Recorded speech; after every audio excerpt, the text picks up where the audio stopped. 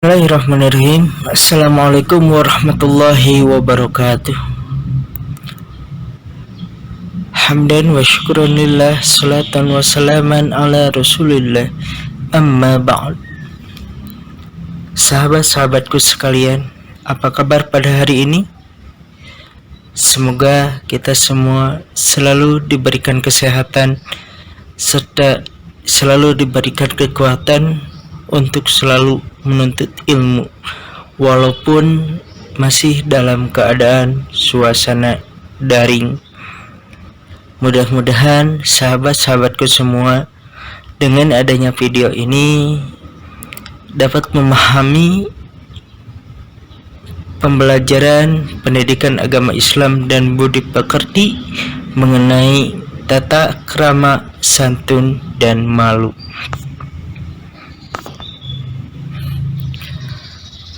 Peta konsep tata krama, sopan, dan rasa malu. Insya Allah di sini akan membahas mengenai pengertian tata krama, sopan, santun, dan rasa malu. Kemudian manfaat tata krama, sopan, santun, dan rasa malu, serta implementasi tata krama, sopan, santun, dan rasa malu.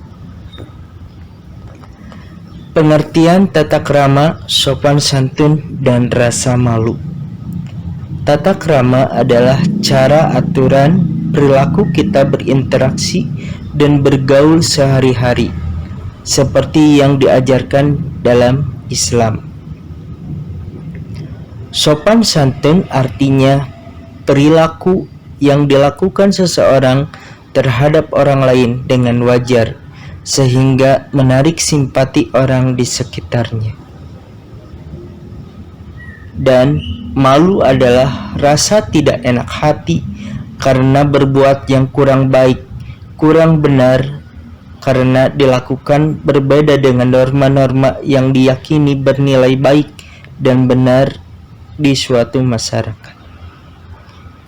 Itu pengertian dari tata krama, sopan santun, dan rasa malu. Tata krama bisa diamalkan dalam berbagai hal, diantaranya dalam berkomunikasi lisan, berbahasa yang baik dan sopan, menjaga pandangan dengan sedikit ditundukkan, tidak memotong pembicaraan lawan, tidak mendominasi pembicaraan, dan menjadi pendengar yang baik. Nah, sahabat-sahabatku sekalian, pada zaman sekarang ini sulit sekali kita sebagai pendidik menemukan orang yang atau peserta didik yang dalam berkomunikasi dengan kita sebagai pendidik itu bisa mencakup 4 hal ini, ya. Jadi salah satu contohnya berbahasanya tidak dijaga, mana seorang pendidik, mana peserta didik. Jadi seolah-olah berbicaranya mereka kepada kita itu seakan-akan dengan teman sejawatnya dia, ya, teman seusianya dia. Yang kedua, menjaga pandangan dengan sedikit ditundukkan. Rata-rata kita lihat di sekolah-sekolah kita ataupun di sekitar lingkungan kita, jika diajak berbicara, maka anak-anak atau lawan bicara kita tidak menjaga pandangan, ya. Kemudian tidak memotong pembicaraan lawan.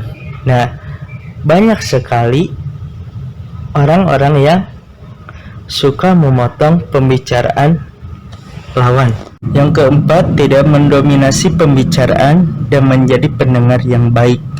Dalam artian tidak memberikan kesempatan terhadap lawan bicara agar lawan bicara itu bisa berbicara, ya. Artinya selalu ditutup-tutupi atau selalu tidak diberikan kesempatan untuk menanggapi pembicaraan kita. Kemudian yang kedua, selain dalam berkomunikasi lisan itu, tata krama di dalam media sosial. Yang pertama, kita harus mengedepankan sopan santun. Jangan asal panggil nama dengan nama yang salah dan lain sebagainya. Kemudian yang kedua, harus bisa memilih dan memilah kata-kata yang baik. Artinya di dalam media sosial kita juga harus bijak dalam berbicara. Kita juga harus mengetahui tulisan mana yang baik dan yang kurang baik. Karena di dalam media sosial itu dilihat oleh semuanya, dilihat oleh dunia, mungkin saja seperti itu. Kemudian yang ketiga, kata-katanya jangan mengandung unsur sara.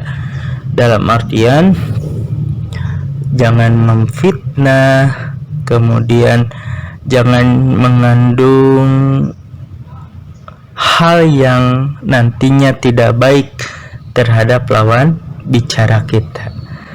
Jadi kita dalam menggunakan media sosial harus bijak. Kemudian selanjutnya dalam bersikap dan berpakaian. Yang pertama, dalam bersikap itu jangan silangkan kaki dan tangan. Apabila kita berbicara dengan lawan bicara kita, tolong jangan silangkan kaki dan tangan kita, karena itu sikap yang kurang baik dan yang tidak sopan. Ya, salah satu sikap tidak sopan. Kemudian yang kedua, lakukanlah kontak mata dengan tempo yang singkat. Dalam artian kita melirik, melihat matanya, kemudian dilakukannya dengan singkat. Artinya tidak terus memandang orang tersebut, ya. Yang ketiga, buatlah jarak antara kedua kaki agar menunjukkan kita dalam keadaan nyaman. Nah, di sini juga penting.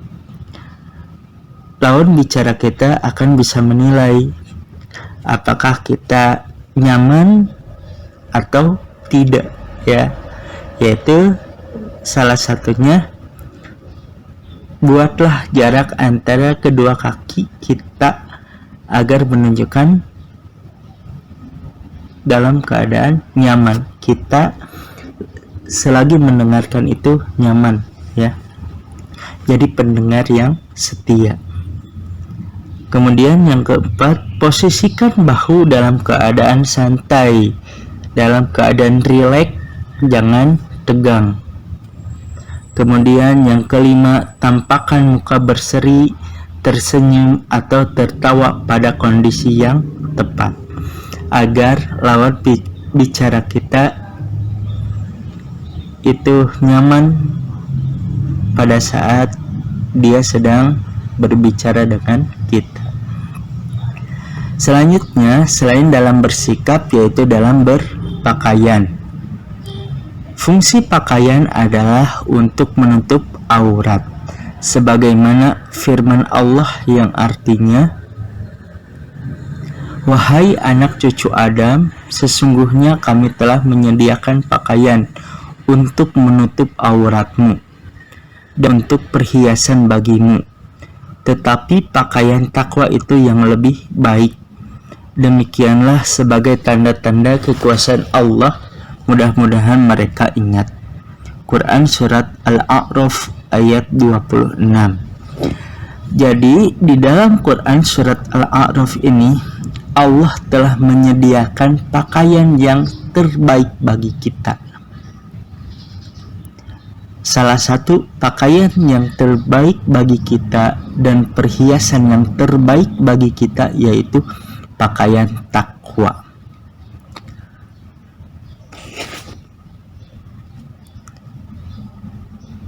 Sahabat-sahabatku sekalian, yuk kita membaca surat Al-Baqarah ayat 83, kemudian hadis riwayat Muslim, Ahmad, Ibnu Majah, Tirmidzi, dan Tabrani. Kita membaca Quran Surat Al-Baqarah ayat 83. Yuk kita sama-sama baca. A'udzu billahi minasyaitonir rajim.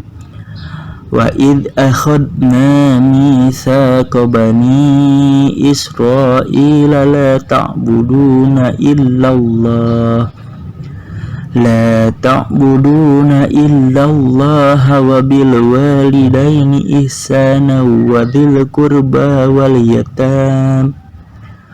واليتامى والمساكين وقولوا للناس حسنا وأقيموا الصلاة وآتوا الزكاة ثم توليتم إلا قليلا منكم وأنتم معرضون.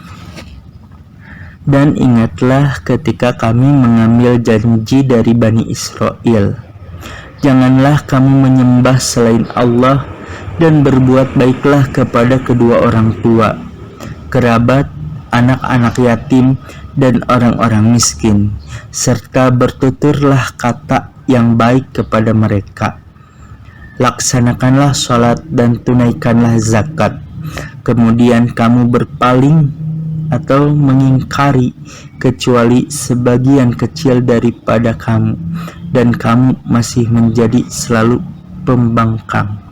Quran Surat Al-Baqarah ayat 83.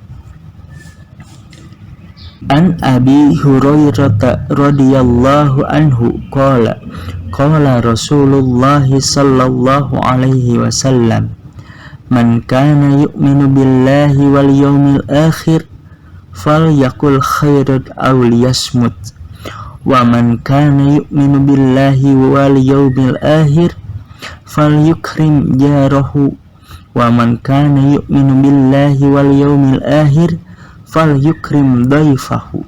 Rawahu Muslim. Dari Abu Hurairah, semoga Allah meridhoinya, dari Rasulullah Sallallahu Alaihi Wasallam, beliau bersabda, barang siapa beriman kepada Allah dan hari akhir, hendaklah ia berkata baik atau diam. Barang siapa beriman kepada Allah dan hari akhir, hendaklah ia menghormati tetangganya. Dan barang siapa beriman kepada Allah dan hari akhir, hendaklah ia memuliakan tamunya. Hadis riwayat Muslim. Hadis yang kedua, An Ubadah bin Samit radhiyallahu anhu anna Nabiyya sallallahu alaihi wasallam qala idmanu li sittan min anfusikum adman lakumul jannah isduqu idha hadathtum wa awfu idha wa'antum wa addu idha tumintum wahfadhu furujakum wa guddu absarakum wa kuffu aydiyakum. Rawahu Ahmad. Dari Ubadah bin Samit, semoga Allah meridhoinya, dari Rasulullah Shallallahu Alaihi Wasallam bersabda, berikanlah jaminan bagiku 6 perkara, maka aku akan memberi jaminan bagimu surga, yaitu jujurlah bila kamu berkata-kata, tepatilah bila kamu berjanji, tunaikanlah amanah kepada yang berhak jika kamu diberi amanah, jagalah kemaluanmu, tundukkanlah pandanganmu dan tahanlah tanganmu sehingga tidak menyakiti orang lain. Hadis riwayat Ahmad. An Anasin radhiyallahu anhu qala Rasulullah sallallahu alaihi wasallam, inna likulli dinin khuluqan wa khuluqul islamil haya. Rawahu Ibnu Majah. Dari Anas, semoga Allah meridainya, dari Rasulullah sallallahu alaihi wasallam bersabda, sesungguhnya setiap agama memiliki akhlak dan akhlak Islam adalah sifat malu. Hadis riwayat Ibnu Majah. Isi kandungan hadis. Yang pertama, rasa malu adalah sumber utama kebaikan dan unsur kemuliaan. Yang kedua, malu terbagi 3 macam. Malu kepada Allah, malu kepada diri sendiri, dan malu kepada orang lain. Dan yang ketiga, sifat malu tercela jika cenderung kepada keburukan. Contohnya, malu belajar membaca Al-Quran karena sudah dewasa.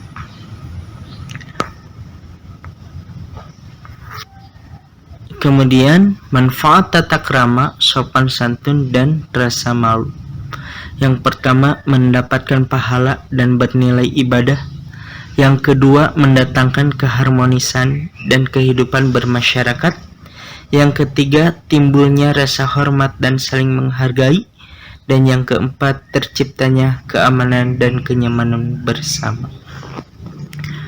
Jadi, tata krama, sopan santun, dan rasa malu itu sebagian dari iman, ya.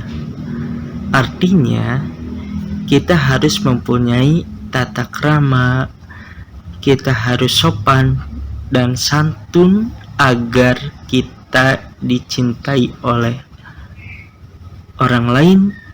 Implementasi tata krama, sopan santun, dan rasa malu.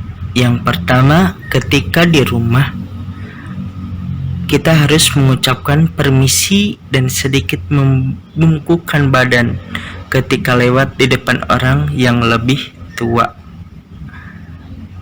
Yang kedua, ketika di lingkungan sekolah kita harus menghormati guru dengan menyapa dan mengucapkan salam ketika bertemu. Dan yang ketiga, ketika di lingkungan masyarakat memberikan bantuan jika diperlukan. Jadi ini implementasi tata krama, sopan santun, dan rasa malu. Kita harus memiliki ketiga itu, ya. Ketiga ciri tata krama, sopan santun, dan rasa malu. Karena itu bagian dari iman, ya. Karena iman itu banyak cabang-cabangnya. Tata krama, sopan santun, dan rasa malu itu sebagian daripada iman.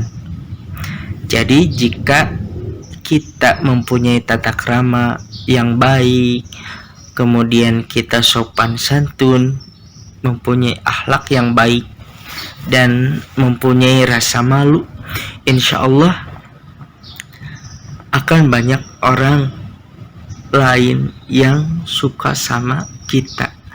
Karena kita memiliki ketiga rasa itu, ya. Tata krama yang baik, sopan santun yang baik, dan kita mempunyai rasa malu. Demikian yang bisa saya sampaikan.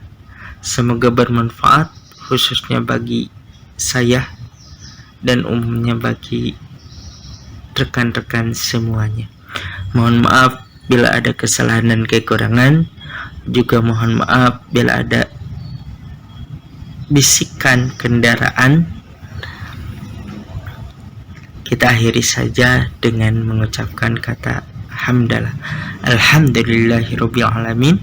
Wassalamualaikum warahmatullahi wabarakatuh.